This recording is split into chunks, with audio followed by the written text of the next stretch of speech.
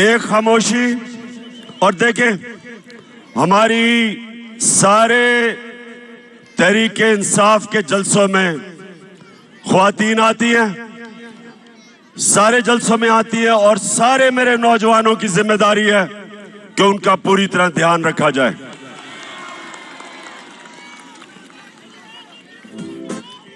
अब खामोशी से आपने आज मेरी बात सुननी है।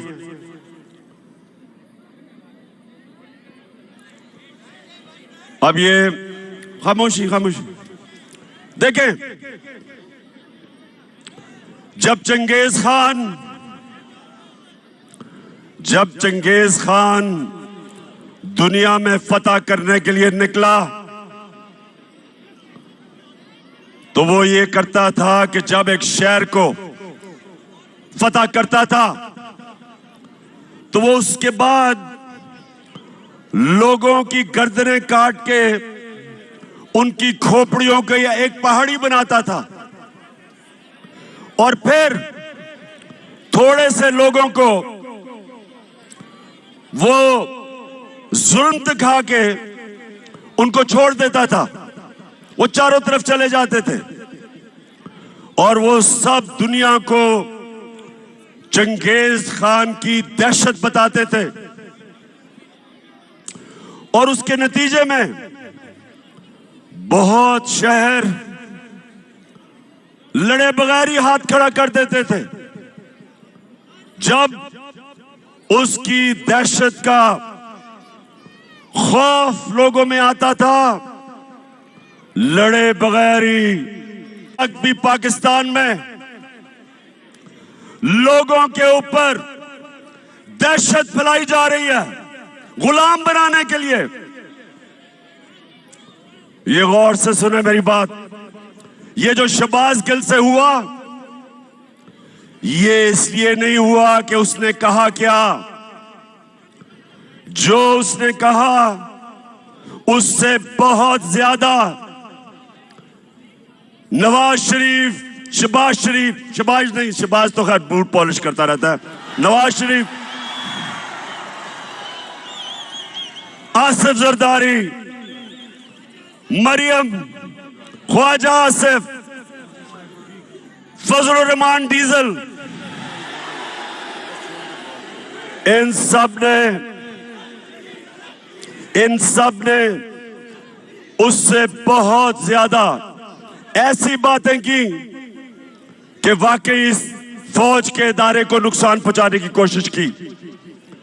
तो इसलिए शहबाज गिल को नहीं पकड़ा कि उसने कहा क्या था, उसको इसलिए पकड़ा, उसके ऊपर तशद्दुद किया। कोई भी पाकिस्तान के आईन और कानून के मुताबिक नहीं चले। उन्होंने ये बताने की कोशिश की कि हम पाकिस्तान के कानून से ऊपर हैं, हम जो चाहे कर सकते हैं। डराने की कोशिश की कि सब देख के डरे कि अगर शहबाज गिल को इस तरह तशद्दुद करके उसको ज़हनी तौर पे अगर उसको तोड़ सकते हैं तो वो किसी से भी ये कर सकते हैं। तो मेरे पाकिस्तानियों, ये आपके लिए एक फैसला कुल वक्त है। मैंने आज आपको दो वजह से यहां बुलाया। एक कि जो शहबाज गिल से इन्होंने किया और कर रहे हैं, और दूसरा अवाम की आजाद आवाजों को बंद करने के लिए जो इन्होंने सबसे मकबूल चैनल ARY उसको बंद किया। इसलिए नहीं बंद किया कि ARY ने कोई गलती की, उसको भी इसलिए बंद किया कि वो सच दिखा रहा था। वो हमारा मौक़िफ़, मेरा मौक़िफ़, अवाम का मौक़िफ़ वो पब्लिक के सामने लेके आ रहा था, इसलिए उसको बंद किया। और बाकी चैनल्स को खौफ फैलाया कि अगर तुम लाइन में ना आ गए तो इसी तरह तुम्हें भी बंद करेंगे और नुकसान पहुंचाएंगे। तो मेरे पाकिस्तानियों, मैं आज इसलिए आपको सिर्फ 24 घंटे नोटिस में आप सबको बुलाया।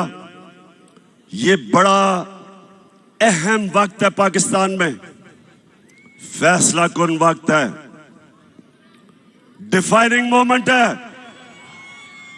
ये ऐसा वक्त है कि अगर हम इस खौफ के बुत के सामने झुक गए, हमारे सामने गुलामी है। हमेशा दुनिया की तारीख में फिरौन और डिक्टेटर्स और बादशाह वो लोगों को गुलाम बनाते थे खौफ के ऊपर। वो लोगों को गुलाम बनाते थे मीडिया का, लोगों की आवाजें बंद करके वो लोगों को पर काबू पा जाते थे, लोगों की तनकीद खत्म करके। इस तरह अवाम गुलाम बन जाती है। तो आज हम सब ने सबसे पहली चीज कि हम सब ने इस जुल्म का मुकाबला करना है। और पहली दफा अपनी 26 साल की सियासत में मैं पहली दफा एक जिंदा कौम देख रहा हूं पाकिस्तानियों को। पहली दफा एक सोई हुई कौम जाग रही है। इलामा इकबाल सोए हुए मुसलमानों को, गुलाम मुसलमानों को मुसलसल कई सालों से अपनी शायरी से जगाने की कोशिश की, मुसलमानों की गैरत को जगाने की कोशिश की। उन्होंने मुसलमानों की खुददारी को जगाने की कोशिश की। आज भी वही दौर है। हम अंग्रेज से तो आजाद हो गए, लेकिन जो आज इन चोरों को ऊपर बिठाया एक बैरूनी साजिश के तहत, और उसके बाद इनको हमारे ऊपर मुसल्लत कर रहे हैं खौफ फैला के। 25 मई कभी ये कौम भूलेगी नहीं। पुरअमन एहतजाज था। यहां डी चौक की तरफ लोग, फैमिलीज, बच्चे एक पुरअमन एहतजाज कर रहे थे। और उस पुरअमन एहतजाज को जिस दहशतगर्दी से दहशत फैलाई गई, सामने नजर आ रहा है रेंजर्स को और पुलिस को। औरतें, बच्चे, फैमिलीज हैं, उनके ऊपर जिस बेदर्दी से इन्होंने शेलिंग की, सिर्फ एक मकसद था कि इन चोरों को हम किसी तरह, इन चोरों को जो हमारे ऊपर मुसल्लत किया, हम किसी तरह तस्लीम कर लें। सब सुन लो, ये चोरों को, जो चोरों का टोला है, जो 3 स्टूजेस हैं, जो बाहर भगोड़ा बैठा है, आज सब सुन लो, ये कौम जाग गई है, बेदार हो गई है, शऊर आ गया। आप जो मर्जी कर लें, जितना मर्जी खौफ फैलाने की कोशिश करें, मीडिया को डराएं, सोशल मीडिया के एक्टिविस्ट को उठा लें, उनको धमकियां दें, उनके ऊपर एक्शन लेने से उनको डराएं। ये मैं आज चैलेंज करता हूं आपको। जो मर्जी आप कर लें, जो मर्जी आप करें, आप ये अवाम के समुंदर को जो आजादी चाहता है, आप नहीं रोक सकते।